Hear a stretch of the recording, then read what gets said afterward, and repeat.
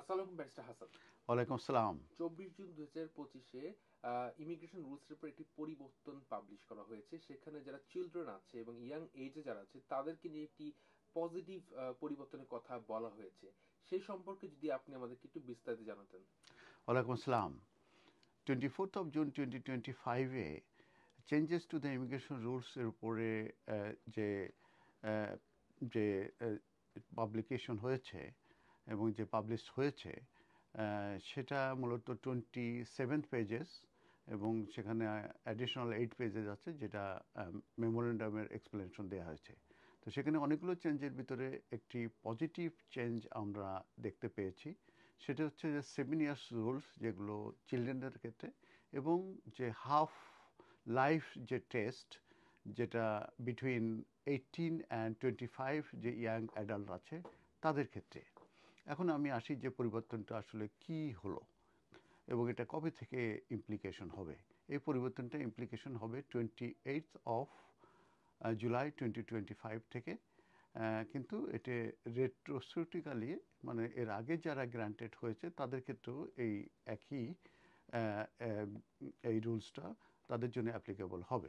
প্রথমে আসছি যে 7 ইয়ার্স রুলসের যে পরিবর্তনের কথা এখানে বলা হয়েছে সেটা হচ্ছে যে আমরা জানি যে 270 AD যখন ইন্ট্রোডিউস করা হয় তখন সেখানে বলা হয় যে কোনো বাচ্চা যদি ইউকের বাইরে জন্ম নেয় তখন তারা যদি এখানে আসে এবং তারা যদি কন্টিনিউয়াস 7 ইয়ার্স থাকে তারা 10 ইয়ার্স টু সেটেলমেন্টে 2.5 ইয়ার্স এবং দুটো এক্সটেনশন পরে যেয়ে তারা কিন্তু সেটেলমেন্ট পেত।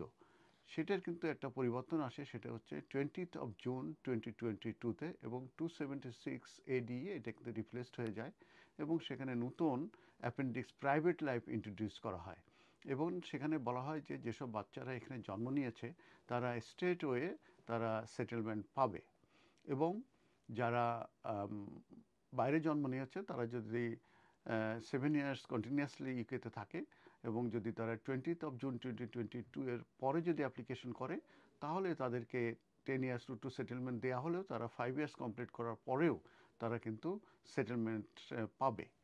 তো কিন্তু যারা 20th of June 2022 এর আগে যারা গ্রান্টেড হয়েছিল তারা কিন্তু ওই 10 ইয়ার্সই রুটেই কিন্তু তাদেরকে থাকতে হতো। এখন নতুন যে চেঞ্জ যে সেখানে এটার ক্ল্যারিফাই করে পজিটিভলি এটা বলা হলো যে যারা 20th of June 2022 এর আগে এই 7 ইয়ার্স রুলসের আন্ডারে যারা গ্রান্টেড হয়েছে তারা যদি এই 20th of June 2022 এর পরে যে যদি তারা 5 ইয়ার্স এই রুটে থাকে তাহলে পরে কিন্তু তারা সেটেলমেন্ট পাবে, তাদেরকে আর 10 ইয়ার্স অপেক্ষা করার প্রয়োজন নাই। ঠিক একইভাবে যে অ্যাডাল্ট ইয়াং যে ইয়াত আছে যারা বিটুইন 18 and 25 তাদেরকে যে টেস্টটা মিট করতে হয় সেটা হচ্ছে হাফ লাইফ টেস্ট। তো সেই হাফ লাইফ টেস্টে যদি তার মানে হাফ অফ দেয়ার লাইফ যদি তারা ইউকেতে থাকে তাহলে 20th of June 2022 এর আগে তারা 10 ইয়ার্স টু সেটেলমেন্ট পেত এবং তাদেরকে 10 ইয়ার্স পর্যন্ত অপেক্ষা করতে হতো সেটেলমেন্ট পেতে। কিন্তু এই যে নতুন চেঞ্জ আসলো সেটাতে বলা হচ্ছে যে 20th of June 2022 এর আগেও যারা এই হাফ লাইফ টেস্টে গ্রান্টেড হয়েছে তারা এই নতুন চেঞ্জের পরিপ্রেক্ষিতে তারা 5 বছর কমপ্লিট করার পরেই কিন্তু তারা সেটেলমেন্টের জন্য কোয়ালিফাই করবে এবং তারা কিন্তু সেটেলমেন্ট গ্রান্টেড হবে। এবং এটার করার কারণ যেটা সেটা হচ্ছে যে এই 20th of June 2022-তে যারা যেসব বাচ্চারা দেশের বাইরেও জন্ম নিয়েছে তারা কন্টিনিউয়াসলি থাকলে তারা 5 ইয়ার্স পরে কিন্তু সেটেলমেন্ট পাচ্ছে এইটির সঙ্গে অ্যালাইন করার জন্যে এবং তারা যাতে ফেয়ারলি ট্রিটেড ট্রিটেড হয়, আনফেয়ারলি ট্রিটেড না হয়, সেই কারণেই কিন্তু এটা ইনশিওর করার জন্যে যেহেতু এটা সিমিলার রুট সেই কারণেই মূলত এটা কনসিস্টেন্সি করার জন্যই মূলত এই চেঞ্জটা আনা হয়েছে।